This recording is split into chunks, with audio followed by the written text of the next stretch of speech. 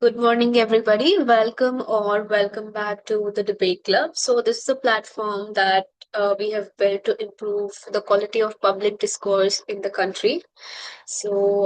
This is an open debate format, and every week we have debates and discussions on various different topics.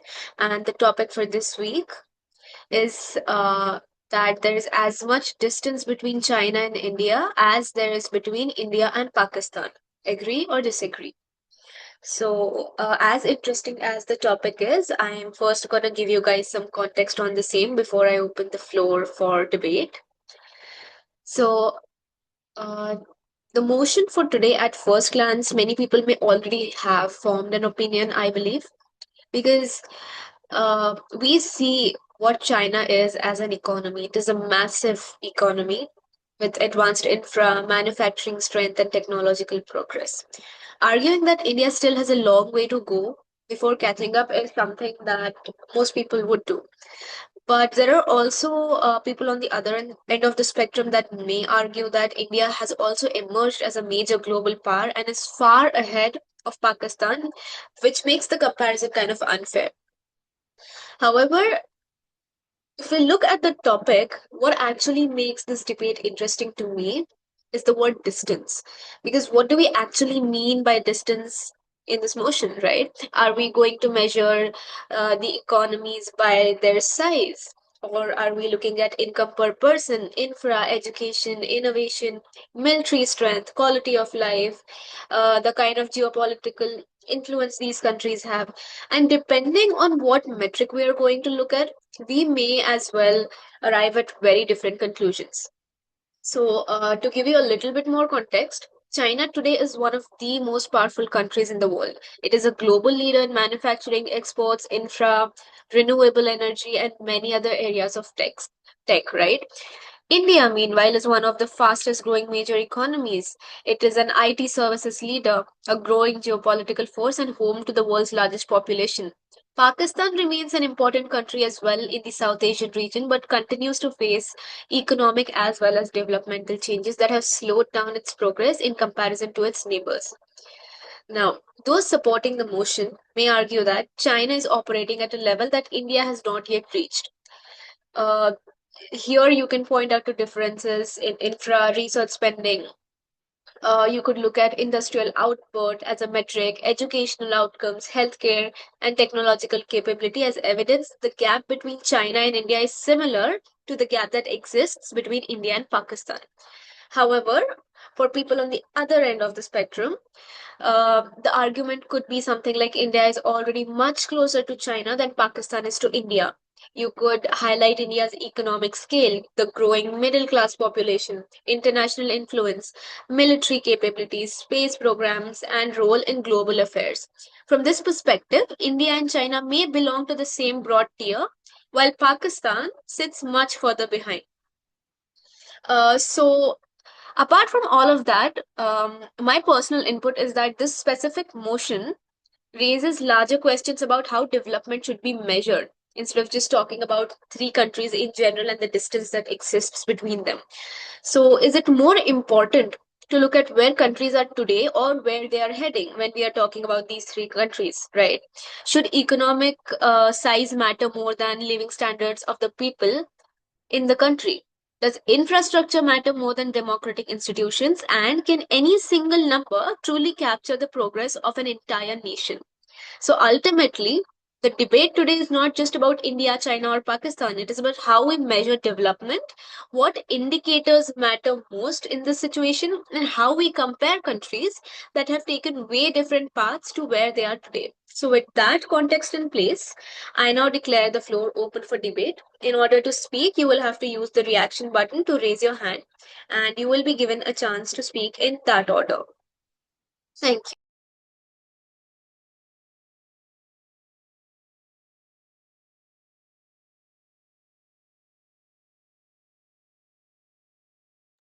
Yes, please, Samira. Yeah, thank you so much, Rose. So I would like to say that, the GDP is the reflection of population size, right? So if you're comparing China with India today, oh, that would be a fair comparison. But comparing Pakistan with India is definitely not.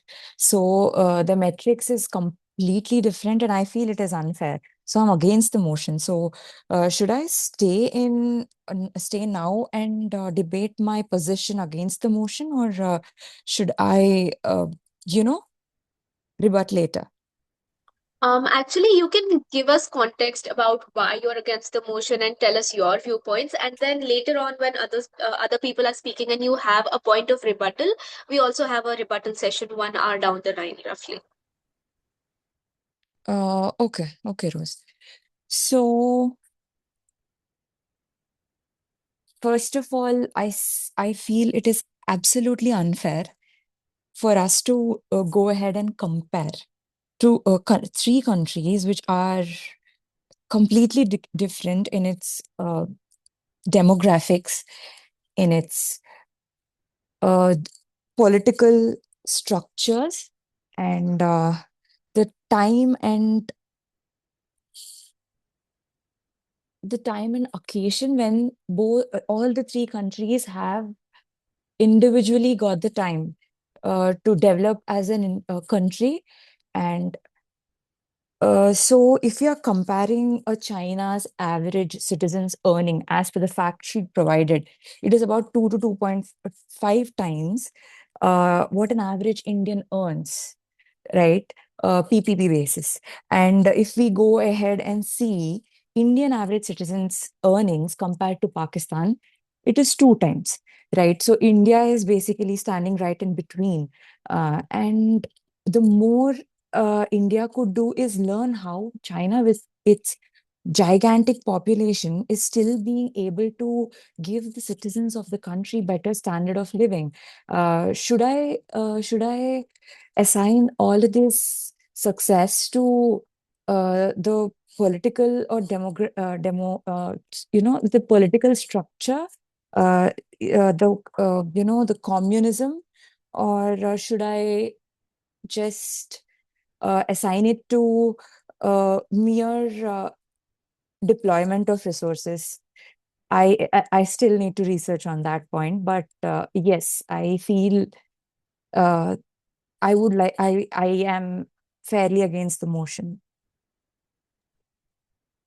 Thank you, Samira. If anybody else would like to speak next, you will again have to raise your hand, and I'll let you go next. In the meanwhile, I have a little bit of input here. So, for me, I feel like the blind spot here is that when we're talking about the distance between two given countries, we are looking at one or two metrics at most, right? Now, why I think that's kind of an issue is because India, China, and Pakistan, all three countries, differ across dozens of indicators. On some metrics, India is much closer to China. On others, I personally believe it is much closer to Pakistan. On still others, it kind of sits somewhere in between. The answer really changes depending on what we're looking at. Are we looking at GDP? We're looking at GDP per capita, or we're looking at infra, we're looking at manufacturing scale, we're looking at military capacity, and X other number of metrics, right? So now, the thing that I want to establish is that development here cannot be treated as a straight line. It is multidimensional for all countries, right? For example, India and China are both nuclear powers with advanced space programs, major tech sectors, and significant geopolitical influence. Pakistan is not comparable on many of those measures. However, if you ask me, on income levels, on healthcare, on certain parts of human development, India still remains much closer to Pakistan than it is to China. So, which gap is actually larger, right? I think those are the metrics that we should look at instead of narrowing down to just one thing and using that as the metric to measure distance. So I would like for you guys to think a bit more on that and then start forming your arguments and perspectives. And with that said, if any of you wants to put forth your perspective on the topic, please go ahead.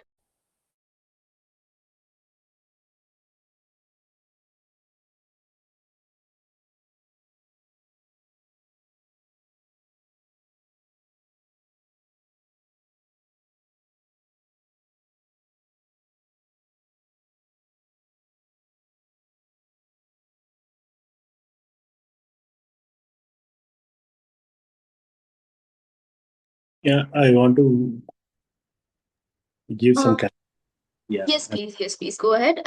Followed by Muskan. Next time, please, Raghu, remember to raise your hand. Thank you. See, actually, comparison here not in equal quantum. Actually, with when we are talking of these three nations, China is far behind in exploring their resources fully. When I'm talking of resources, it includes human resources also. It has been more extravagant in taking their resources to the next level, and they are extracting most of the output from the resources. And comparative to India, we are in a very menial stage of exploring the natural resources and even human resources also. So whatever the resources we are been exploring, okay, that is also kind of menial things. And when compared to Pakistan, Pakistan is not at all exploring their resources completely. It is in a very state of in a very bad shape that uh, I want to here give credit to all the political systems over here.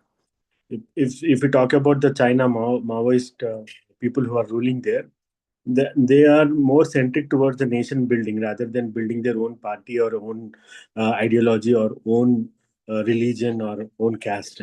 When compared to India and Pakistan, Pakistan is completely established them as an Islamic state, and they are still fighting to get out of that.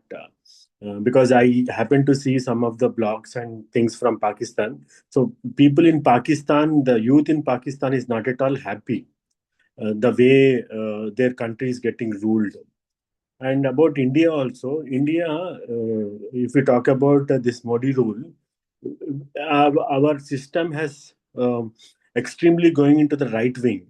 We are mostly doing the japa of Rama, Krishna. Even though I'm a Hindu, I get up at more 4 o'clock in the morning. I do puja, all sort of things I do. But see, it is not that we should hate some religion or some caste or some people, but the end of the day, how efficiently we are ruling our state is more important.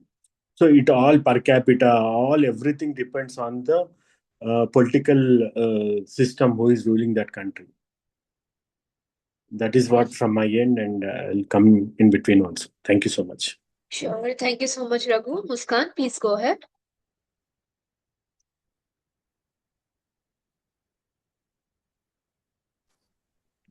Good morning, everyone.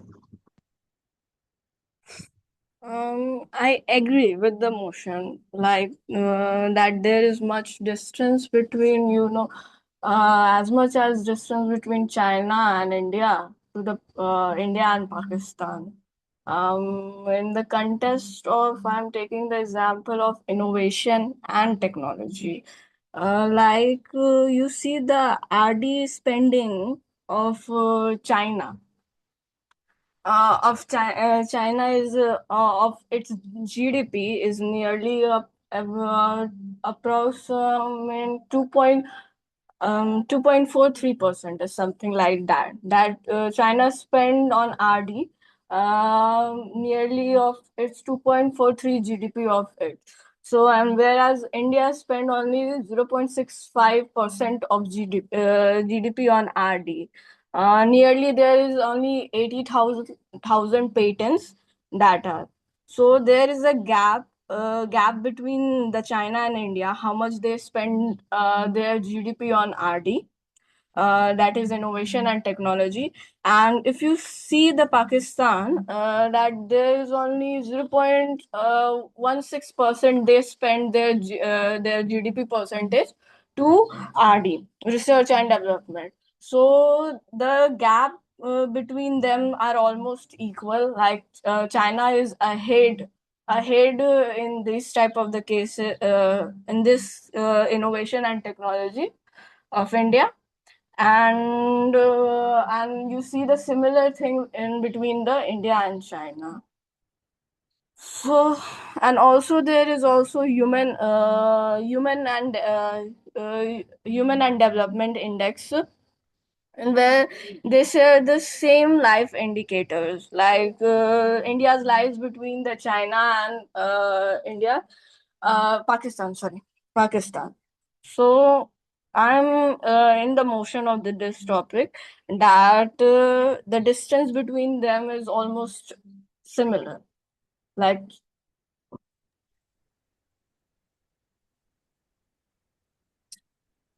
and one thing is to be noted that the political party that was said by my competitor, my opponent. So the political thing, I don't know that the politicals define your GDP.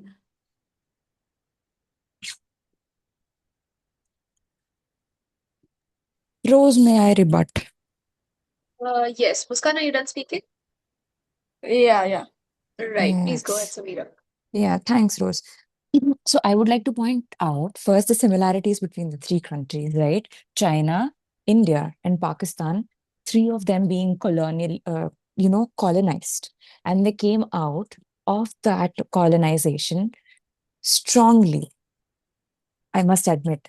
But if we see the political structures, like Muskan really asked this, she raised this point of how political systems can actually influence the GDP of the country, right?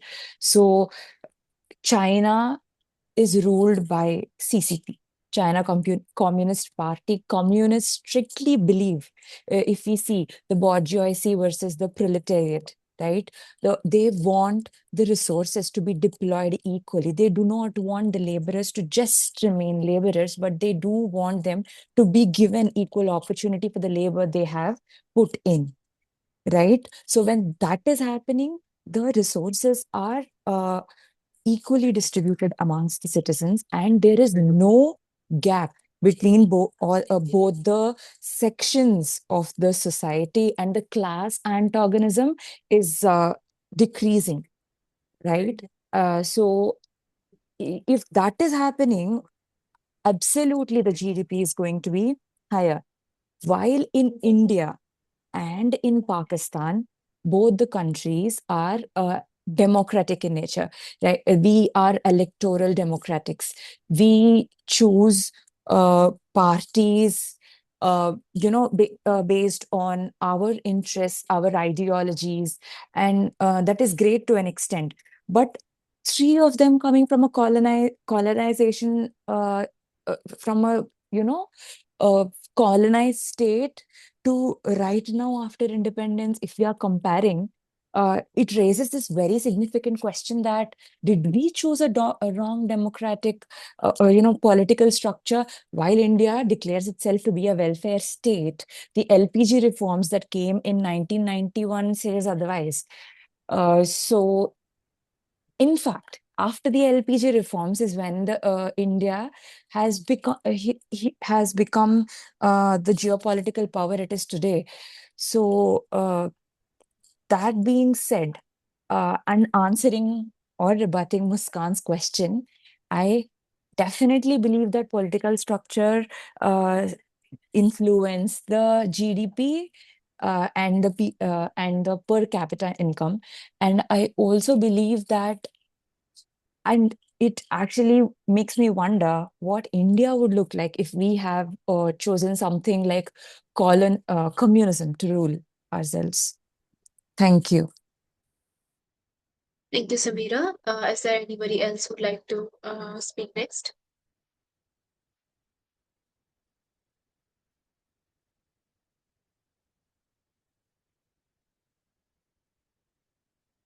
I believe I saw Kabir earlier raising his hand. Kabir, you have anything to add to the discussion? Yeah, thank you, Rose, for having me. Am I audible? Yes, yes. Please go ahead. Actually, I'm in the for of the motion, but I have a similar. I can oppose Samira on this thing that in first instance he uh, has told that India lies between Pakistan and China in terms of distance regarding GDP and various stats. But I think India is ahead of the mean India is in the position forwarding to China, and you see a major gap between Pakistan and India in terms of every research or stats we have been gone through. Like example, GDP, World Happiness Index, and I want to also favor Muskan on this ground, that because of the parties it affects GDP. It affects majority of the things, how people are happy or not, like these things. Like China have monotheist party, a monoparty system where leaders only one leader decide the fate of the country. But in India, it is not. We rule by democracy, and because of democracy, the major attention here to provide to accept the concept, to accept the ideology of every single person. Where I want to also quote Socrates in this topic, that he somewhere mentioned that. Because of democracy, you give right to every single people, irrespective of the knowledge they have. So that is the thing China is leading. That is the thing India is in developing phase. India is not developed yet, but China.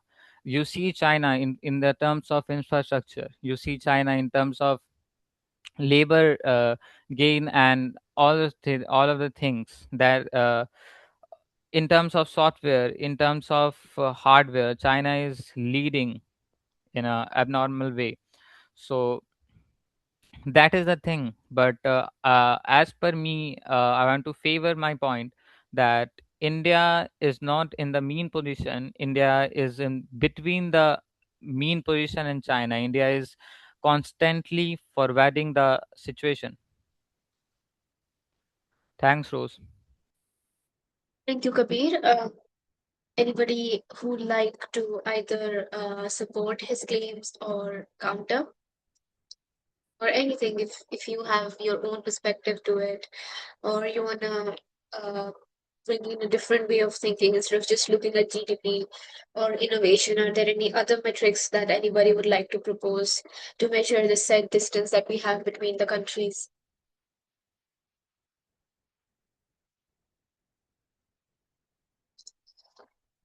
But like from my end, one interesting thing was we were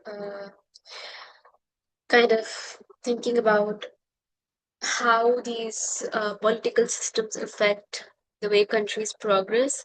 And I think it was Samira who questioned uh, whether it was communism that has led China to progress the way it has progressed currently.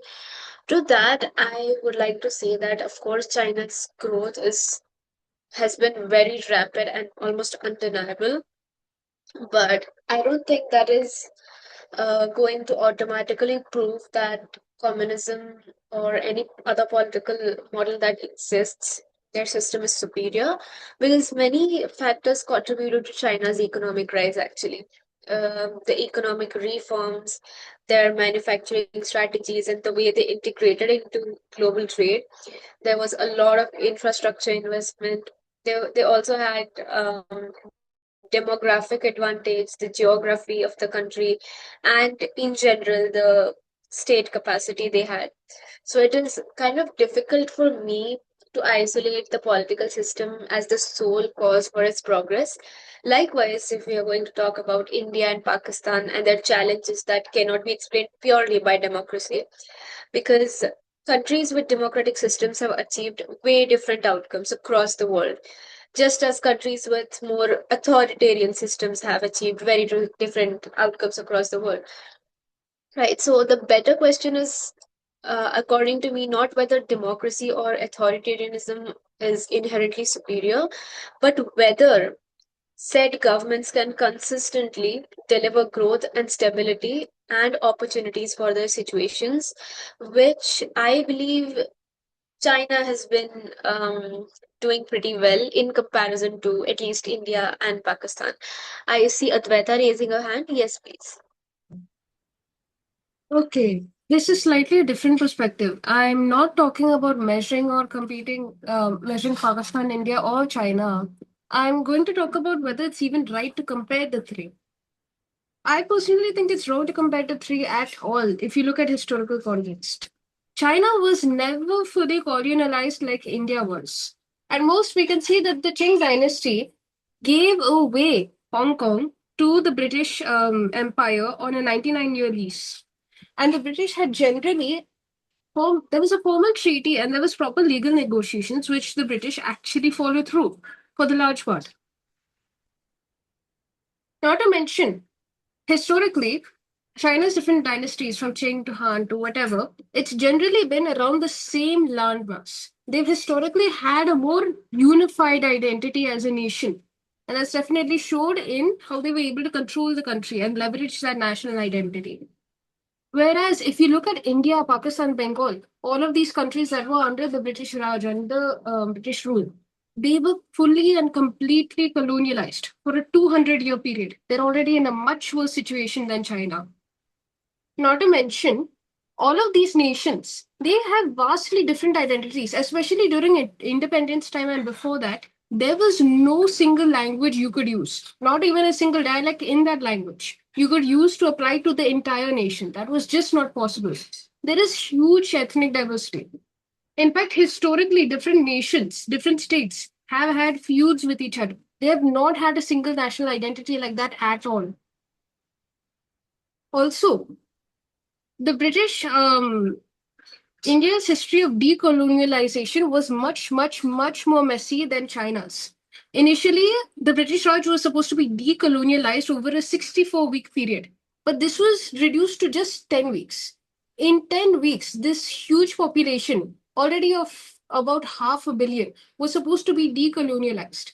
And it was supposed to follow these random borders, poorly set aside and hastily drawn in 5 weeks by some British minister who maybe never even set foot in the country or didn't know it well. And this triggered the mass immigration we all know of. I don't remember the exact date, but the numbers of 15 million people having to leave their homes and be ripped from their own land. Not to mention, our country had to deal with multiple different crises. Down in the south, there were rebels. Up in the north, there was Kashmir. And also insurgencies. Now, it was mentioned earlier, I believe, that communism may have been a beneficial thing. I'd like to point out that China is notorious for being extremely authoritarian. Around the time the USSR fell, one of the biggest communist nations at the time, China had actually switched over to embracing capitalism more. They didn't follow the same pure model of communism. In fact, if there's also something known as the Red Army or the Red Revolution. I don't remember the exact name, but basically, there were small student and youth groups that were basically dedicated to embracing the communist ideology. And this went so far as to ragging teachers, as to reporting your own parents, as to even reporting your own children. In Taiwan, they're much more open about the history of this communist cleansing and the horrible impact it had on the people. There's a reason there are so many immigrant horror stories of people running for their lives away from the country of China. And the country still faces a lot of criticism, even today, for their authoritarian practices. And it's definitely had an impact on their culture as well. In fact, if you look at the history of communism in India itself, various insurgencies from the Naxalites, from communism in the southern part of India versus communism in West Bengal. Whereas in some cases, it seems to have a positive effect. Like some of the southern countries do seem to be a little more developed, some with a communist history. However, there are also cases like West Bengal, where communism drastically impacted the culture and the people, leading to needless death and violence. Even today in the newspaper, you can see our government celebrating that Naxalites have been eliminated. There are also records of Naxalites destroying various temples in revolt. Overall, I'd say that we should really consider the complex histories between Pakistan, India, Bengal, and consider them instead of just saying China's better, China's better. As a country, I'd say we've made a huge amount of progress to create slowly a unified nation and identity, as well as dealing with the more complex historical past. Yeah, that's my 2 cents. Thank you. Thank you, Advaita. I So, really align with the ideology of Advaita. Right. Thank you, Samira. So since we are talking about the kind of historical struggles that each country went through, uh, Pakistan, as you all know, was a part of India before the separation happened. However, I think to look at it as China did not have its own set of disadvantages and setbacks would be a little bit unfair. So, just to give you guys some insight on what China's history looked like while uh, we all know India and Pakistan, the British Raj, the East India Company, and every other, the Dutch, the Portuguese invasions. For China, it was unlike India, I think it was never ruled as a single colony by a foreign empire for a very long period. It kept its own governments and emperors, like Advaita mentioned. However, that does not mean it escaped any foreign domination. Because in Chinese history, there is something called the Century of Humiliation. This is, as it is described by the Chinese people, the period between the First Opium War and the founding of the People's Republic of China. Because during this period, Britain defeated China in the First Opium War that started around 1840-ish, I believe, and this forced China to open its ports to foreign trade. China lost control over tariffs and trades in many of its major areas. Foreign powers, including Britain, France, Germany, Russia, and others, gained special privileges in Chinese cities. Hong Kong was ceded to Britain. China was forced into a series of unequal treaties during this century. There was also internal chaos in the country where the Taiping rebellion killed around 20-30 million people. Other rebellions and famines weakened the Qing Empire. The Qing dynasty actually collapsed in 1911. Then there was also the Japanese invasion, where Japan occupied large parts of China. The Second Sino Japanese War, which caused millions of deaths and immense destruction inside the country. And cities like Nanjing during this era experienced atrocities like the Nanjing Massacre. Then there was the Civil War. After Japan's defeat, China descended back into civil war with the nationalists and the communists. The communists won, establishing the People's Republic of China. Then there were the Mao's campaigns.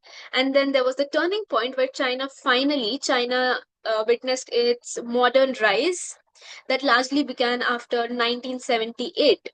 This opened up the economy, encouraged manufacturing, welcomed foreign investment, and integrated China into global trade.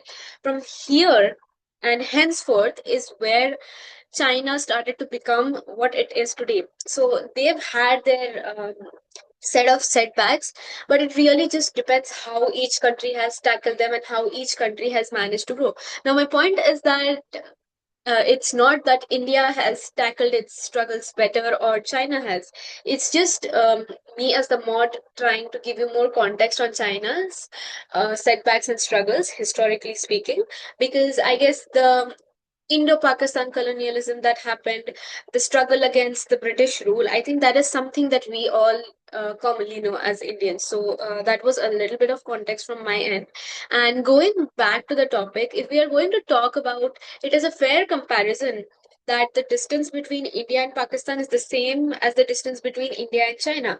If we are going to agree with it, or if we are going to disagree with it, we first really have to define distance because like I said, for me personally, it feels like if we're talking about R&D, infra and technological development, I feel like India is closer to China. But then if we look at the state of unemployment, the condition of public health care, the conditions of rising corruption inside the country, I think India is more closer to Pakistan. And there might also be sectors and other situations where India sits right in between, where it's not close to the situation of China or it is not close to that of Pakistan. So for me, I'm kind of somewhere in between because the way you measure distance really changes the answer for me because I've looked at people talking about GDP. If we are going to talk about GDP, we may be closer to China. But if we talk about unemployment, public health care, we are closer to Pakistan. So the real question is, what metric or metrics are we going to use to come to one general opinion that, oh, India is closer to Pakistan, or oh, India is closer to China. So I think that is a piece of my mind. Anybody else who would like to speak next? Again, you'll have to raise your hand and I'll let you go ahead in that order.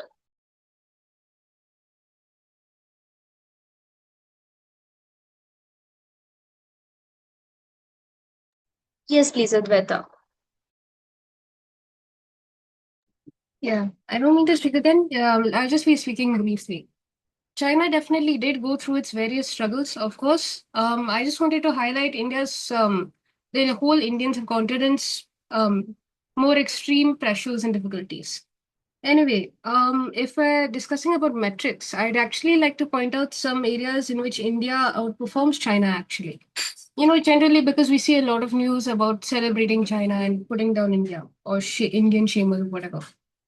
I'd like to bring up that democratic freedoms and liberties from India are overall much better than in China. Uh, as well as India benefiting a lot from its neutral alignment policy and its historic nature of being neutral and being open to allies. As well as cultural richness and general civil liberty. That's mainly my point.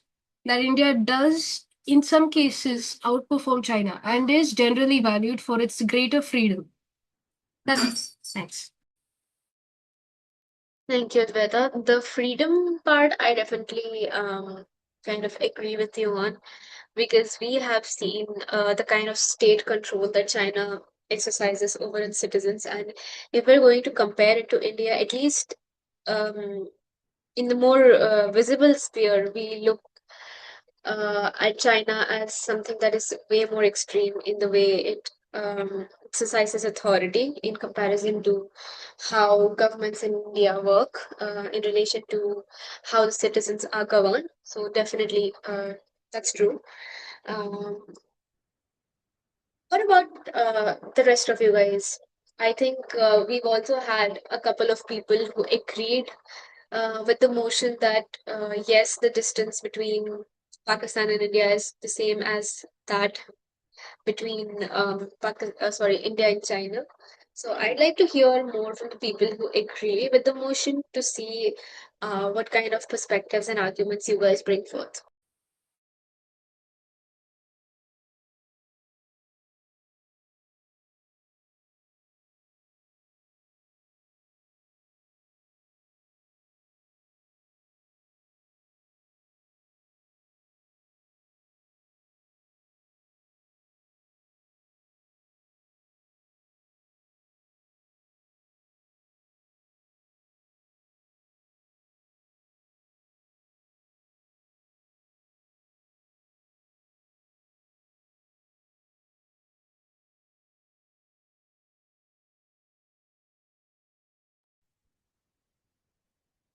So nobody's got an input yet?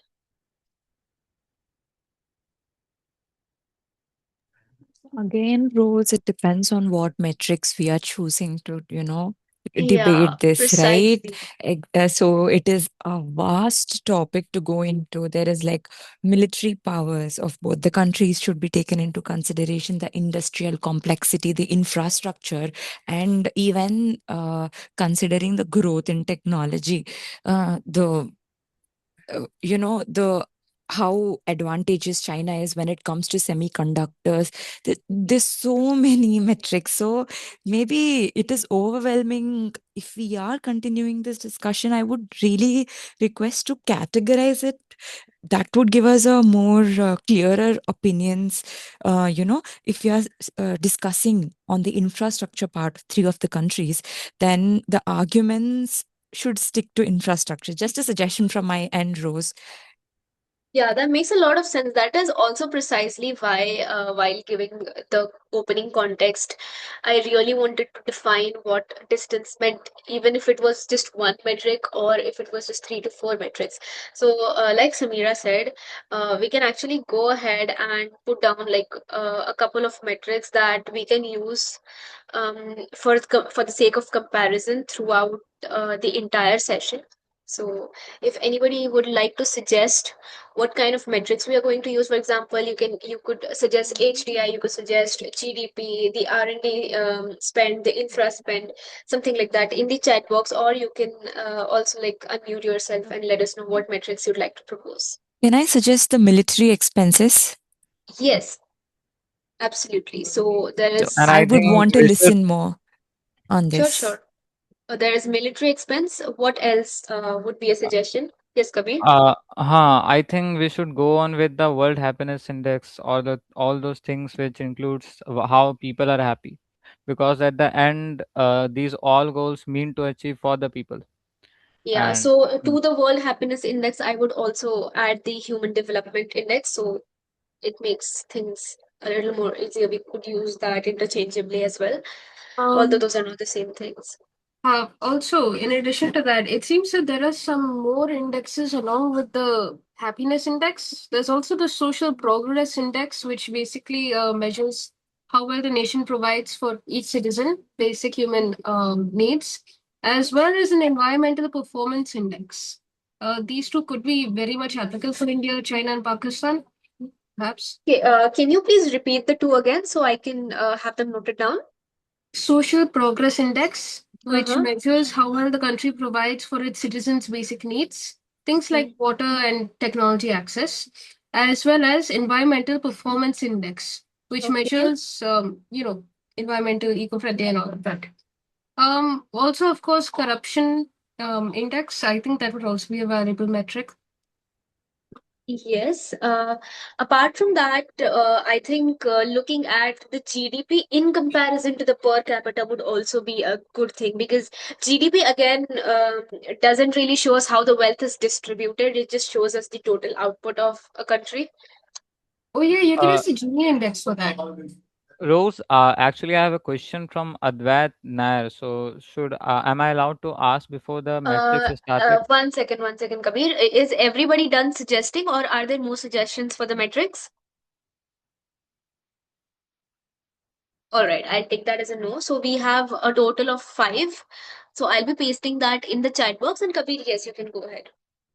Actually, I listened to Advait Nair about the in this topic that she said that these things depends on the cultural issues what the country faces, and means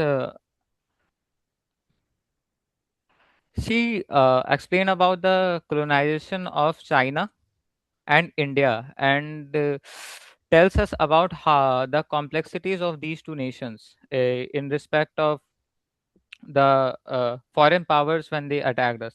And I want to mention that let us have a look on the colonization of Japan from 1892 to 1945. The countries like Japan and Korea also have faced these issues, but they are growing as much faster than India. So I don't think that these cultural is a leading factor that is demonstrating GDP and all these matrices.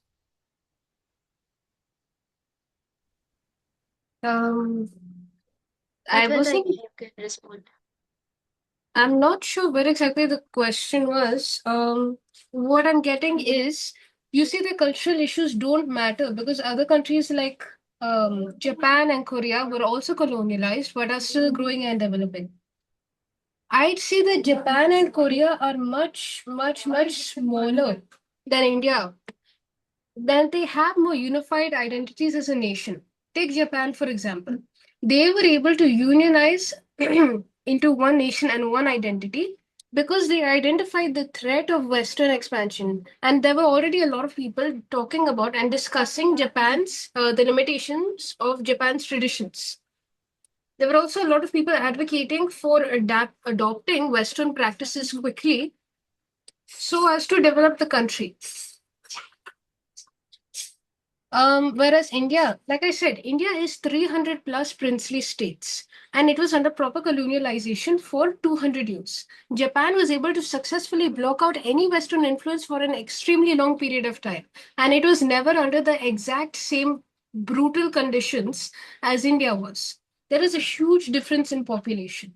In fact, I'd say it's 100 times worse to compare these small nations like Japan and Korea versus India. India is the world's largest democracy. There are there are an extreme amount of complications and a lot more issues that come about as you govern larger and larger nations. And I'd say culture also extremely matters.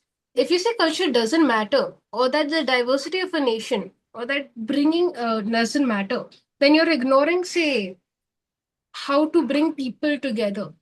Because that one nation identity, the reason I keep bringing it up is because if people believe that they are a part of a nation and have pride in that nation, only then you can get them to cooperate. If they feel like they are isolated or suppressed by the nation, they're going to revolt. China, of course, dealt with all of this with their more authoritative regime. But India has had a long history of various insurgencies because people felt oppressed by the state.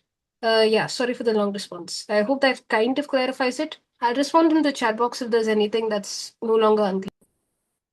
All right, thank you, Advaita. So I see Samira. Before I let you go ahead, Samira, I would like to inform you guys that everybody will be given one chance with a time limit of 5 for now. And then once everybody is done with this round, we will be heading into the rebuttal session where everybody will be given a time limit of 3 minutes every time they speak for rebuttals. All right. So yes, please, Samira. Yes, thank you so much, Rose. Advaita, I would want to add to what Advaita's point was, that is to have a unified cultural identity for India, right? How Westerners, even through various conventions, are trying to change our laws in their means, right? Everything has to fit the Western ideology or the Western context. The colonization still did not wear off India. So culture plays a very, very crucial role, and our identification and decolonization of India is very essential for us to form this identity and for us to form this culture, which can in turn boost not only the tourism perspective, if we say, standing as one nation against the global powers, and giving each uh, India is very, very diverse in nature. I agree, coming to a common ground and representing themselves as a nation is a very difficult, it's a very difficult thing for a world biggest democracy can do. But I would really, really, you know, wish that India would one day recognize its diversity as well as stand as one nation and preserve its culture, its diversity, and uh, promote itself as how India was before British had ever arrived in the country. Thank you, Samira. A little bit of my own perspective to what you said.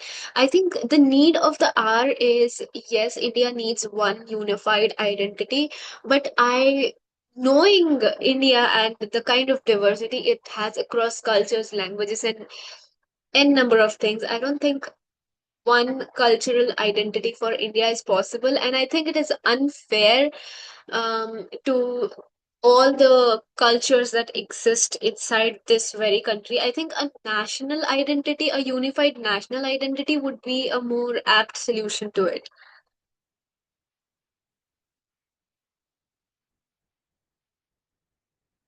I agree. So I definitely agree. And I also am adding that, India is very different. India has these diverse cultures, and forming a national identity with these diverse cultures is what makes India a superpower.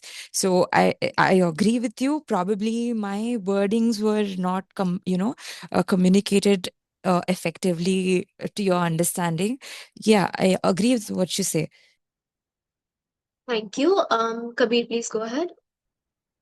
Actually, I'm not able to process how the extent of whether a country struggle to decolonize itself or not, and I don't know how they are measuring it.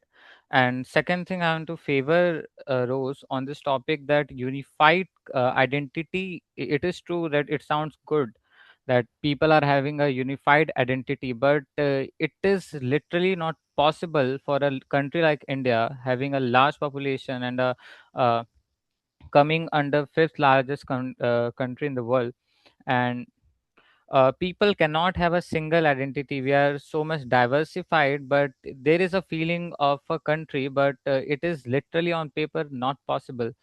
And this is the thing, we should have another measures, we should have another dimension to uh, apply these logic to the people, because we have so many languages, we have so many culture in a culture where where children is literally uh, uh,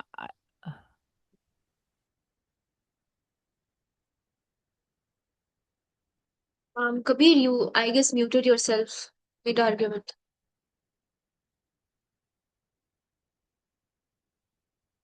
Kabir, you're on mute.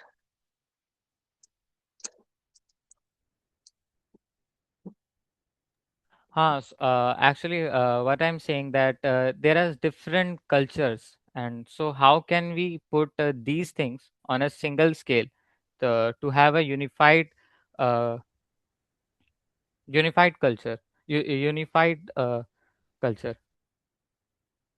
Right. Okay, thank you. Is there anybody else who'd like to speak next? If not, we will be going into the rebuttal session uh, based on the metrics that we decided earlier, the five metrics.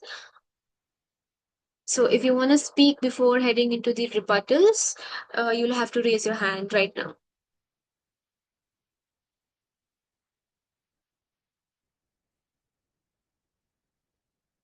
All right, I'll take that as a no. And heading into the rebuttals, I'd like to tell you a little bit about the five metrics and how we are going to be comparing. So, the five metrics that we decided unanimously were military expenditure, HDI and World Happiness Index, social progress and environmental performance indexes, levels of corruptions inside the countries, and GDP per capita. So, just to give you a brief overview on where these three countries stand on all five metrics. For one, military expenditure, China spends far more than India. India spends far more than Pakistan. In defense capability and spending, India sits between China and Pakistan.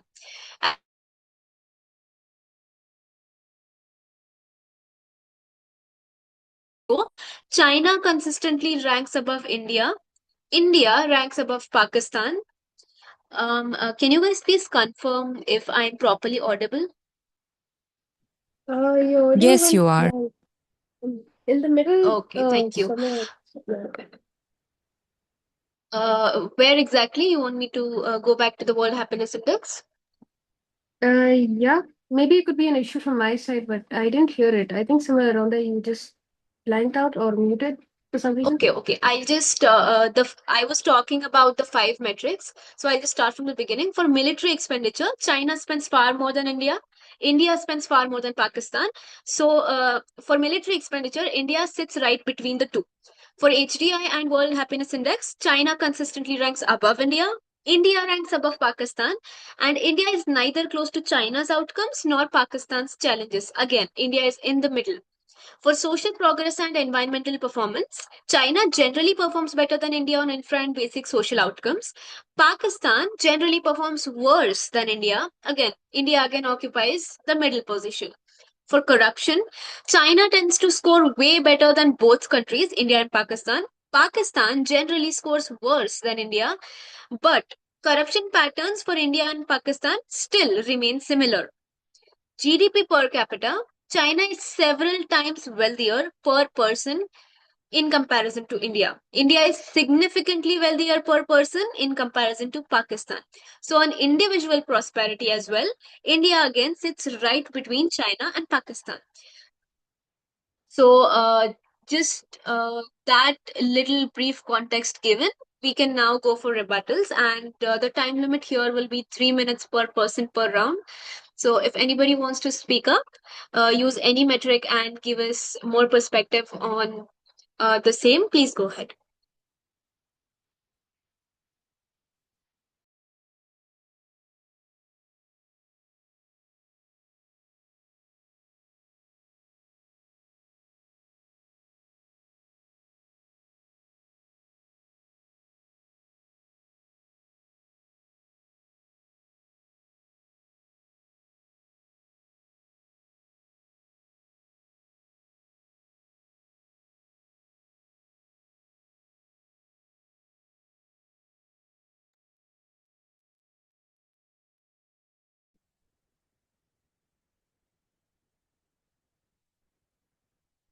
All right. So, in that case, there is something interesting if we are going to look at just these five metrics for the sake of this session.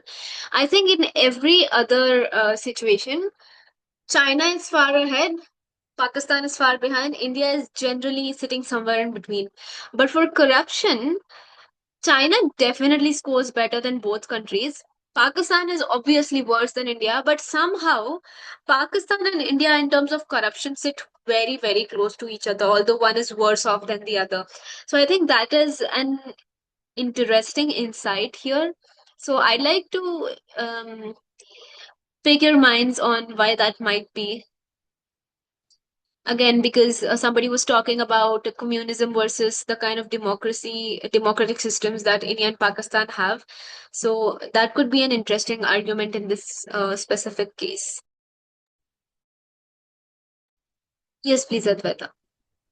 Um, as for the point about corruption, I'd actually like to talk about the point about corruption and military spending. I'd argue, wouldn't it make more sense to evaluate what percentage of the nation's reserve is being spent on military funding or versus education funding? I think a percentage versus the actual quantity of money spent would be much more enlightening as to what the nation's priorities are.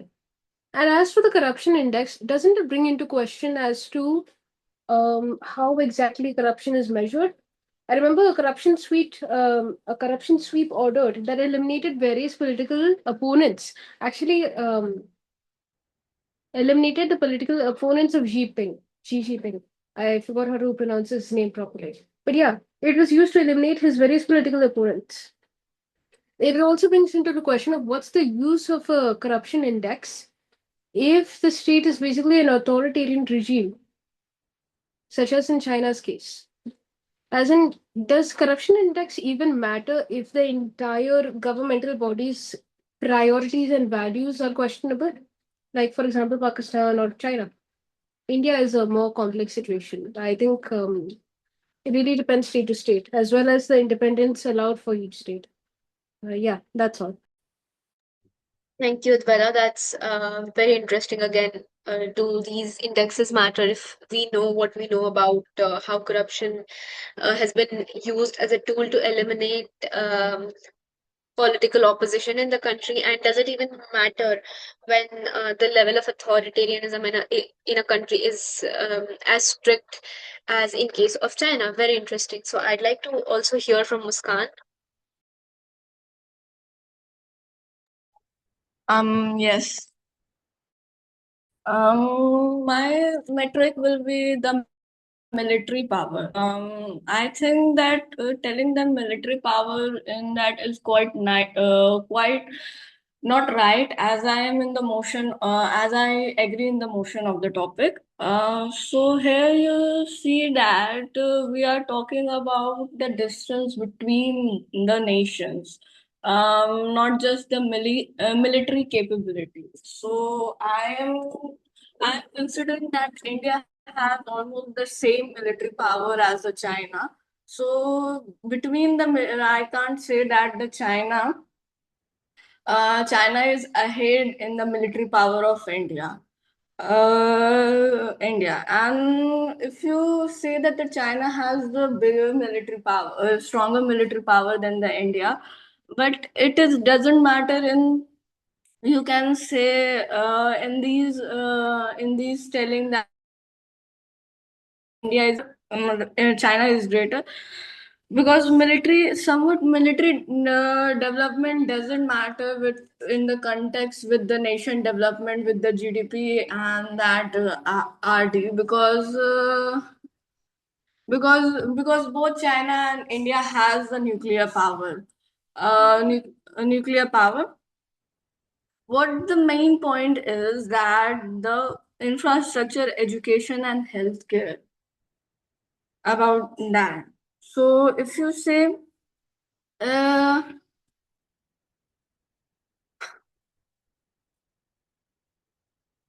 um, you can say that that China is leading in the manufacturing, but not in the military power. That India is equal. I consider that India is equal in with the military power of the China and India. With India.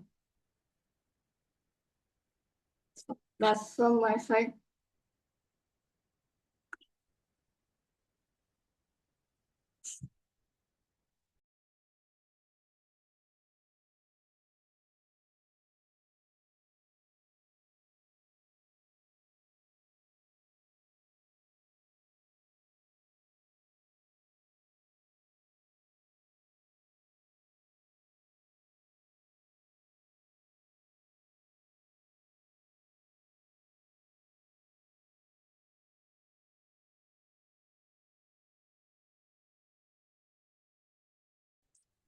Am I audible? Yeah. Right. I kind of missed what Muskan was saying, so if anybody could give me a brief run through of that, please. I'm not 100% sure if I'm saying it correctly, but what I noted down is that he's talking about the military expenditure and capability of country. And he mentioned that China and India's military capability or military standing is roughly equal. He basically talked about military capability over actual expenditure. But I think Muskan should also clarify. I could be wrong. Yeah, Muskan, if you want to clarify anything, Yeah. I that the military, because I don't see that in military expenditure the India lies between China and Pakistan. I think that the China and the India military power is almost equal, because we both have the nuclear power, we both have the strength in that field.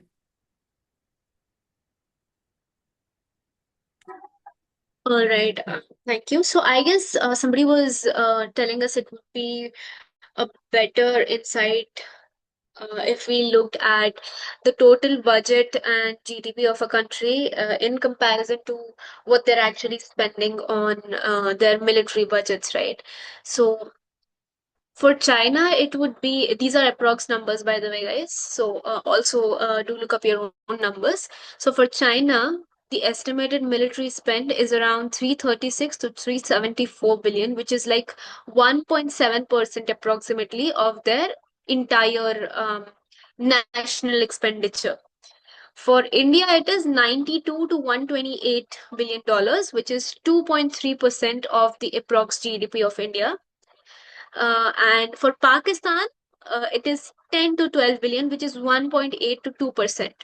So, if we are just going to look at the percentage, um, with respect to the GDP and national spend, it would be India who is actually spending the most on military expenditure.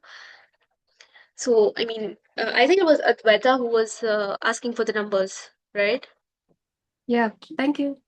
That actually makes things quite interesting.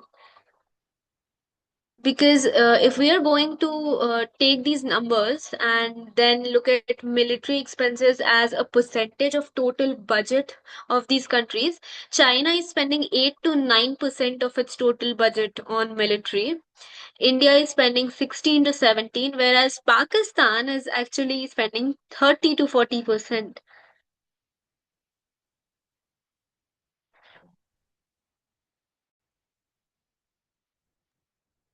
If I may add a And little, we were also, yes, of course. if I may add a little bit out of tone, there also seems to be the concern of various initiatives Pakistan has also taken up, like alongside military spending, such as some spending on terrorism. It's been a point that's been brought up multiple times, whereas various accusations against Pakistan. I think the defense minister also confirmed it live on news once or twice. I could be wrong though.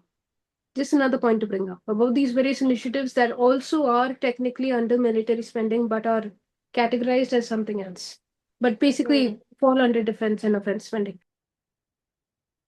Right, that has been a concern repeatedly in the global arena, to be honest. And I'm not sure if their military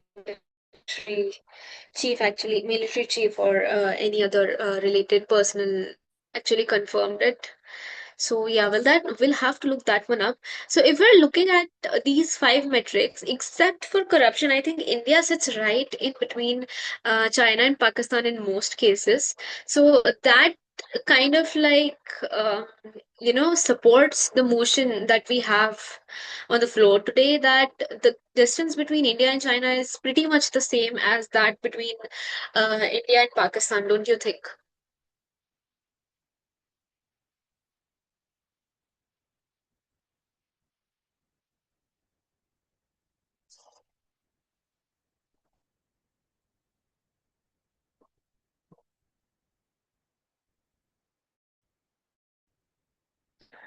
I believe it was Samira who was talking about a unified national identity for India, and somebody suggests that that could also be taken into account while discussing and debating further.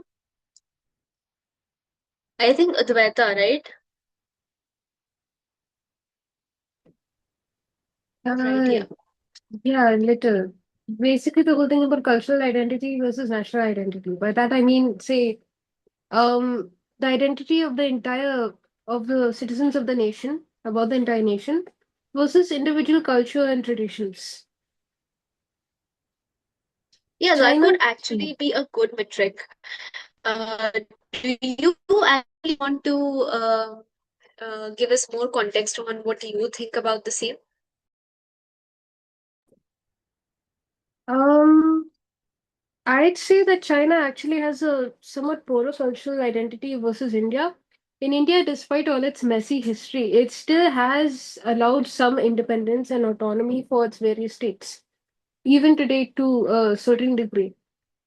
The nation still has multiple languages and great diversity. Whereas if you see for China, China has literally taken the liberty of altering their own language and simplifying it. Simplified Chinese comes from there, as well as various historical events, including, say, the breaking down of Confucian temples and all, to better establish the governmental regime and to further enforce a national identity over people.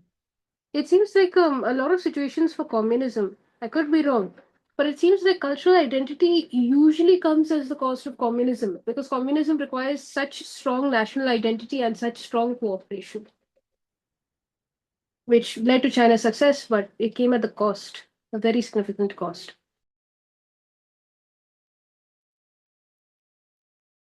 I mean, I can definitely agree on the fact that when we're talking about China, their sense of national identity, imposed or not, uh, really overpowers their cultural identity. So I can definitely agree on that one.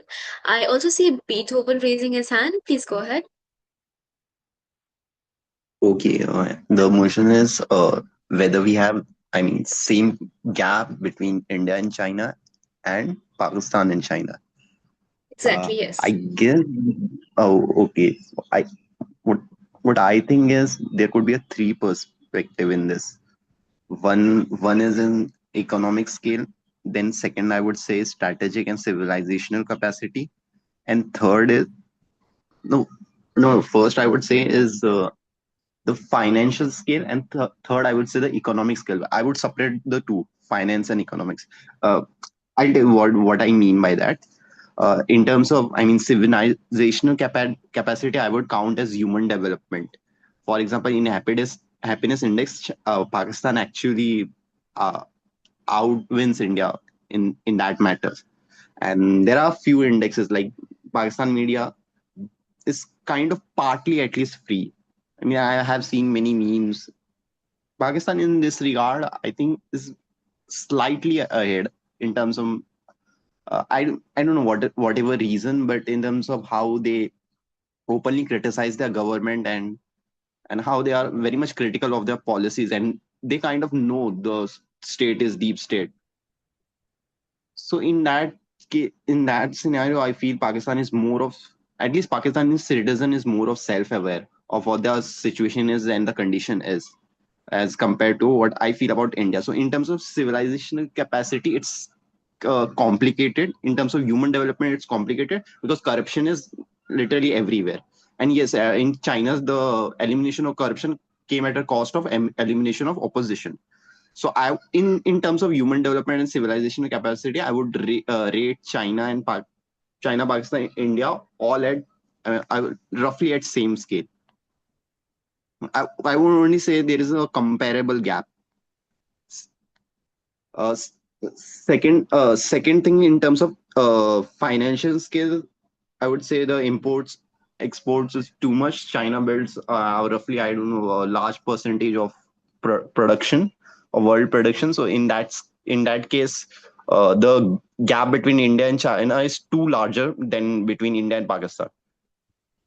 And third is economic. Now uh, this involves all factors: the industrial scale, the organizational scale, and the terms of dependency. For example, between India and Pakistan, we don't have a supply chain dependence, but between India and China, there is a clear supply chain dependence, where all of the India, I think, vast majority of India's facture things that I mean, India doesn't have a manufacturing sector, if not, and most of the manufactured item comes from China, imported from China. So in that case, in terms of this economic scale, this is far larger between India and China, because it actually is our dependence that makes it far larger. Whereas in case of Pakistan, they don't have economic dependence. In financially, there is a gap, but since economic is more complicated than just monetary gap or financial gap, so I would say in terms of that, I don't think Pakistan and India has a much bigger gap. I would say Pakistan can easily, I mean, bridge that gap between India and China, India that has it with that it has with India. Right, thank you, Beethoven.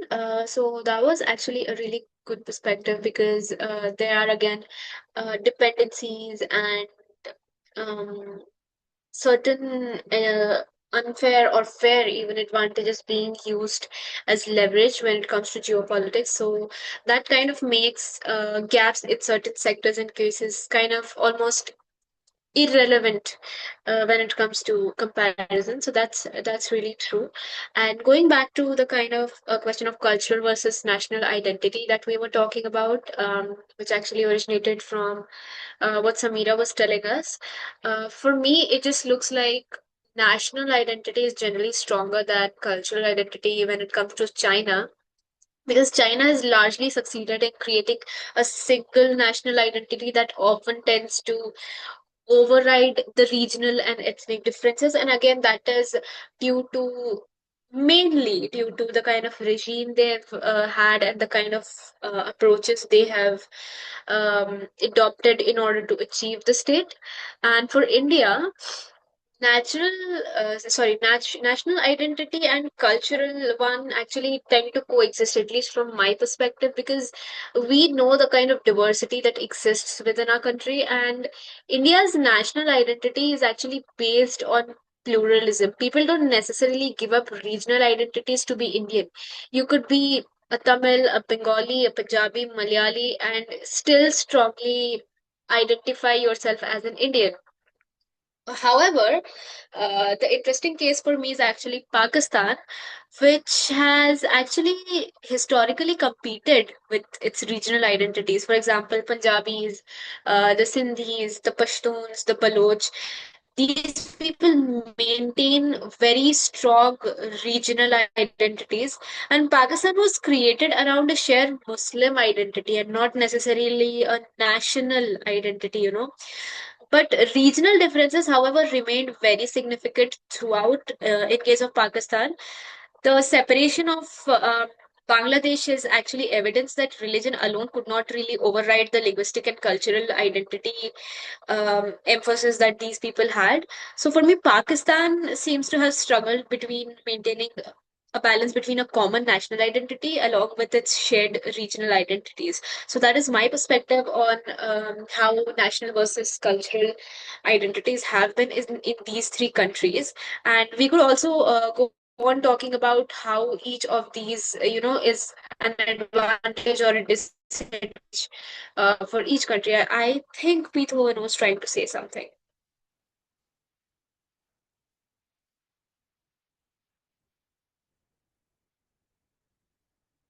Beethoven, you have something to add?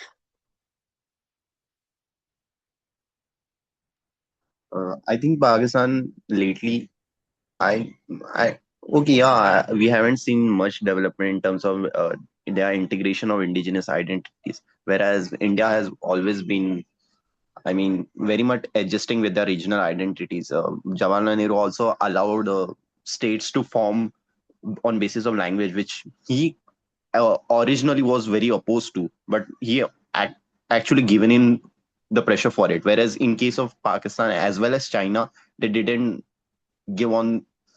Uh, they didn't. I mean, adjusted with the. I mean, indigenous demands. So yeah, in terms of I guess the conflict between the national identity and the federal identity, I guess quasi-federal identity. In terms of that, India has least friction in that, and that also gives us a kind of an advantage, wherein the indigenous production can be seen as in par with the national national achievement rather than in a tension to it, because a Maharashtrian identity or I mean Uttar Pradesh or Gujarati identity don't clash with the Indian identity, and in other case, in case of Pakistan, where I haven't seen the same. I have actually seen the Balochi militias getting formed in contrary to Pakistani identity, or in China, where an Uyghur minority feel it to be not part of the Chinese culture. So there the tension between between their people is not largely resolved. So in terms of that, I would say India is much. In terms of that, I would say India is much ahead than these two countries. Right, but then I think kind of agree to disagree, because that coexistence is kind of what it's kind of like a feature of being Indian. But then at the same time, through ill means or good ones, China has somewhat, despite their ethnic or regional differences, has somehow managed to create a very uniform and very strongly rooted national identity in all the Chinese citizens. And that again could be a very huge advantage, because if you see with Chinese people, their national identity very much overrides their cultural identity in most cases. Yes, Vithovan. I mean, I disagree in this regard because China's national identity is actually a forced identity because Chinese Communist Party came into power in opposition to everything that happened 100 years before, and the most of the communist identity that they imposed was actually a forced one. It happened at cost of most of the land owners there, and it happens at cost of, I guess, China even went through a cultural revolution. Yeah, they literally term this word cultural revolution, where they actually uh, synicized most of the Buddhist temple, even Islamic architecture. In a way, they controlled most of the religious narrative, and they even go in as far as if they could rewrite religious scripture to be they have separated religion so apart from the governance that to be part of a Chinese parliament you have to disavow all your religious affiliations. Means you can't be a, I mean, Hindu, Muslim, or Christian to if you are a member of a Chinese party. And that in that case, this clear separation, I guess, is actually at a tension with the common folks. So I don't see this as the, I mean, able to, I mean, I mean, the solidification of this national identity came at a cost of suppressing thing, whereas in India's case, it actually integrated with indigenous ideas and thoughts. So much so and any person from Sikkim or the Sikkim culture can be easily termed as an Indian. Whereas in case of China's, they actually suppress their culture. If you know, like Dalai Lama's case, they are actually trying to change the Lama. They are actually trying to change the rituals. So in our case, I would say the culture is bottom up, whereas in China's case, they are trying best to make it top down. I mean, it is top down, and they have been going about this for decades. I'm not justifying it, but then I mean, it's an authoritarian system anyway. So it has sort of like worked out in their favor, talking only in economic terms, nothing else. Because again, common folks are very much against, like culture trying to be their culture trying to be this one size fits all, and then one sort of tradition and ritual trying to overpower the other. And I think they have kind of undertaken similar measures even in terms of language, not just things that generally you would term as one's culture. They've gone as far as trying to alter language. Yes, Advaita. This is commonly brought up when talking about China, actually. There's the one book, 1984. I'm sure some people have heard of it.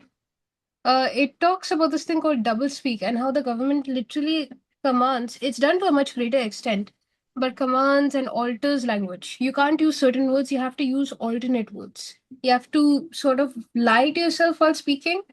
And the way it's sort of, in a very subtle way, but subtlety is how the most damage happens, it alters a person's thinking and level on a fundamental level.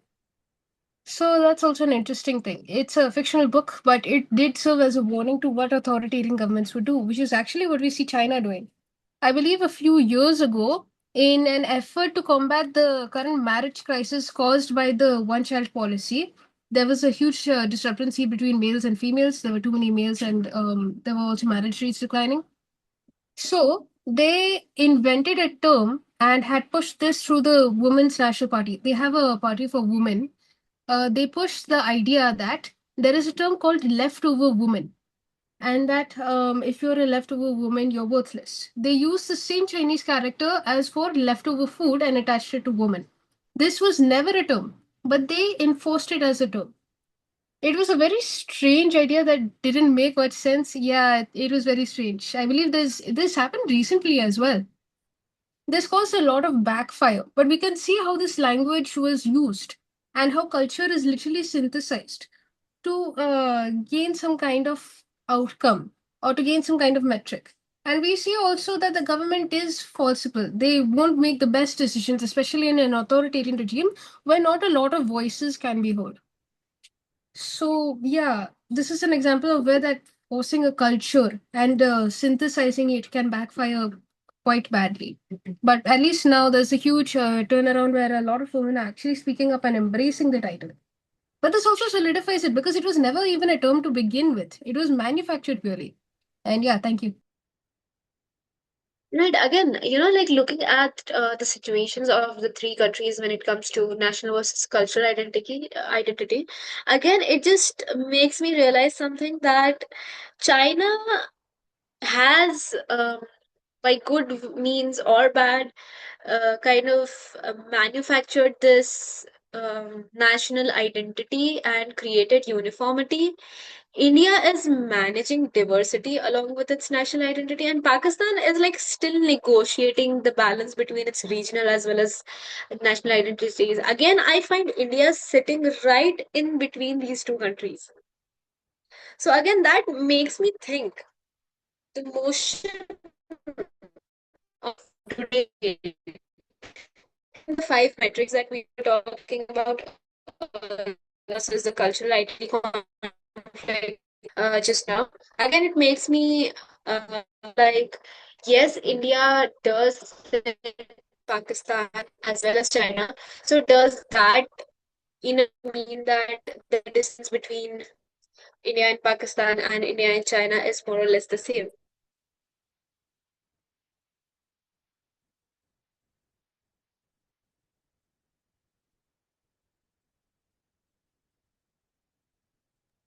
No, I mean, in terms of dependence, not at all. In terms of the the scale of manufacturing and the indigenous development, also not at all. China produces far more things than India does. I mean, at a very different scale than India does much more. I mean, it's not proportional. The gap between India and Pakistan is not proportional to India and China in terms of how much the production capacity is of. I mean, the difference between production capacity of India Pakistan is with India and China. The, I mean, the difference is too big and too proportional in terms of economic as well as I mean financial as well as economic. And then the third factor, which I rated, it was the human development and civilizational capacity, in which I roughly three are comparable. Whereas the other two metric, financial and economic, the difference is too big and too large. Yeah, that makes a lot of sense. These are like the metrics that you introduced, and that definitely makes sense to say that the gap between India and China is far more than the gap that exists between India and Pakistan if we're going to talk about the metrics that you proposed.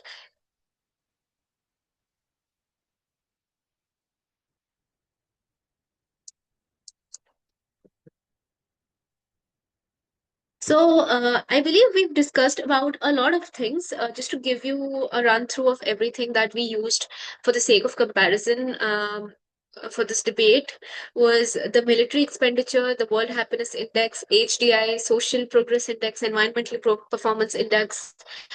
We discussed corruption. We discussed GDP per capita.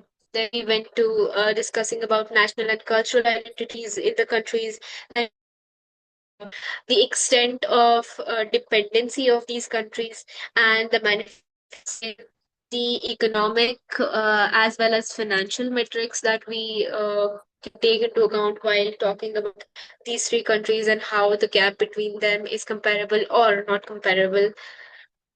So I think that is a good discussion and a lot of good points of comparison when talking about these. So I believe that we are actually good to start giving our closing statements, or if anybody has more context to add, or you've developed some new perspective while during this discussion, I think you can go ahead and do that. Please also let us know what it is going to be while you speak. Will it be a closing statement or will it be more context or perspective from your end? You will have to raise your hands to go ahead.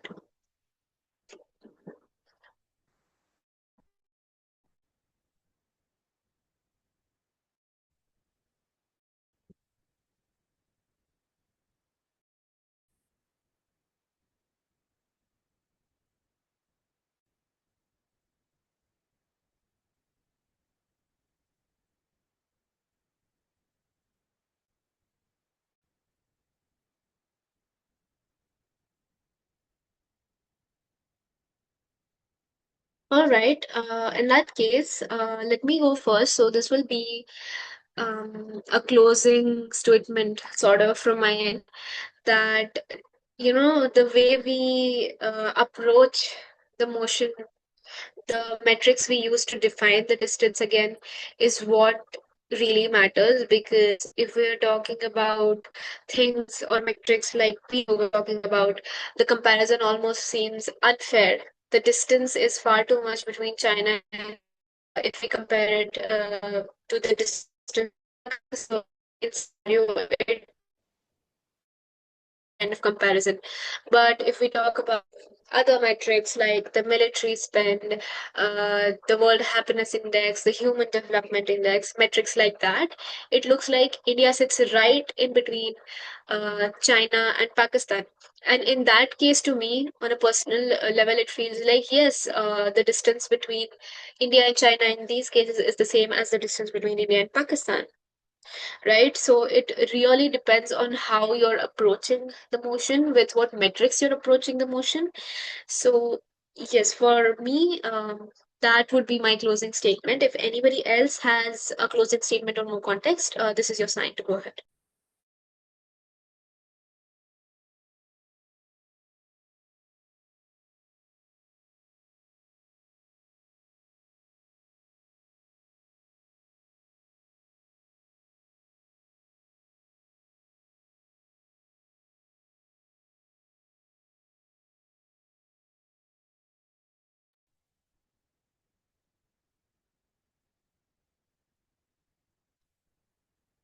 All right. So before we put the session to an end, I would just like to ask you guys what perspective you came into this debate with, and what perspective you're leaving the session with. Is it changed, is it unchanged, or is it slightly altered? I would just like to hear a little bit from you guys on that. Yes, please, Advaita. So first I came in with the belief that it was actually unfair to compare India, China, and Pakistan, first of all, and that maybe there was a little more nuance to be taken into consideration with those various countries. And I also believe that the gap between India and Pakistan was much larger than China. But upon researching and hearing the various statistics, I'm now realizing just how far the gap between China and India is and why people are so fervent on it. But I'd still come out with the idea that India is better and does outperform these two countries on less tangible or less visible fronts. Things like civil autonomy, things like not just individual liberty and autonomy, but also cultural identity, trying to preserve our culture while maintaining a national identity and a more sustainable way of doing so. Um, and yeah, but still, I'm also much more informed on how much further the country has to go. And I'd still argue that India is outperforming Pakistan on a more humanitarian front.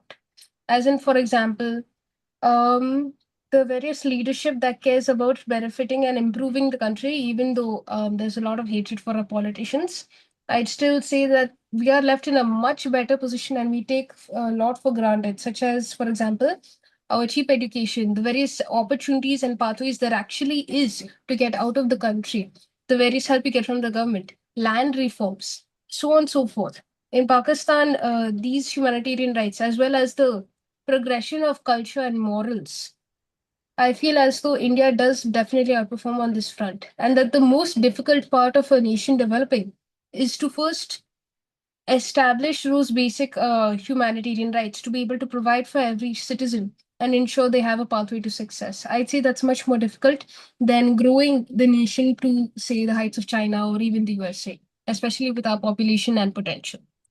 Yeah, that's my concluding statement. Thank you, Advaita. If anybody else would like to speak before we end the session formally, please go ahead.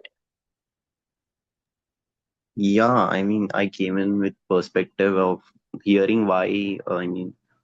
To me, it was, I mean, pretty clear. Like India, China has a huge difference, but I came in with the perspective that why someone feels that bit since I believe that Pakistan can match the gap with India, so similar perspective must be same with how India could match the gap with China, and that's I came here to hear for, and I expected something like hearing that India has most digital payments ecosystem, most awesome digital payment system than China or Pakistan. In fact, half of the world combined. We have more English proficient people. The global diaspora of India is much stronger than that of China or Pakistan. The democratic institution in India is much strong. I mean, at least in terms, in my opinion, much progressive. And electoral participation scale is also of India is much larger than that of China and Pakistan. The press freedom index, despite, I mean, it's much more comparable of India and Pakistan. The population size is definitely much greater. The median aged advantage. This is the biggest, I mean, thing. The in terms of the younger population, India has much younger population than China and Pakistan combined. So yeah, I mean, cultural diversity, linguistic things, religious diversity, film production volume, all this India has much more than China and Pakistan. So that's why I mean I think India does have huge potential to match that gap with China. Despite that gap is too much and too far. Yeah, that's it. That's my cozy statement. Definitely, definitely. I totally agree on that in terms of digital payments, in terms of the way Indians tend to integrate themselves into the English speaking crowd. Things like these, we are way ahead if we compare ourselves to the Chinese population, and that is absolutely a very good advantage we have over them as well. And I also see Muskan, Kabir, listener, you guys have any to add? Go ahead, and we'll be in these sessions.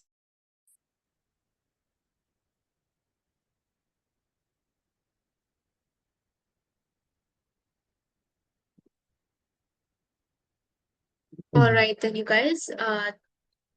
Pritham, are you trying to say something?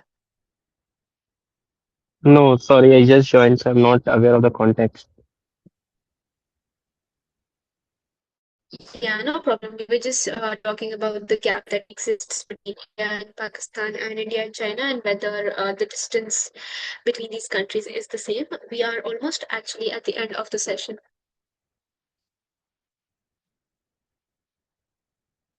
Okay, understood. So please, you all carry All on. right, I'll be here if I have any point. I'll like, yeah, continue.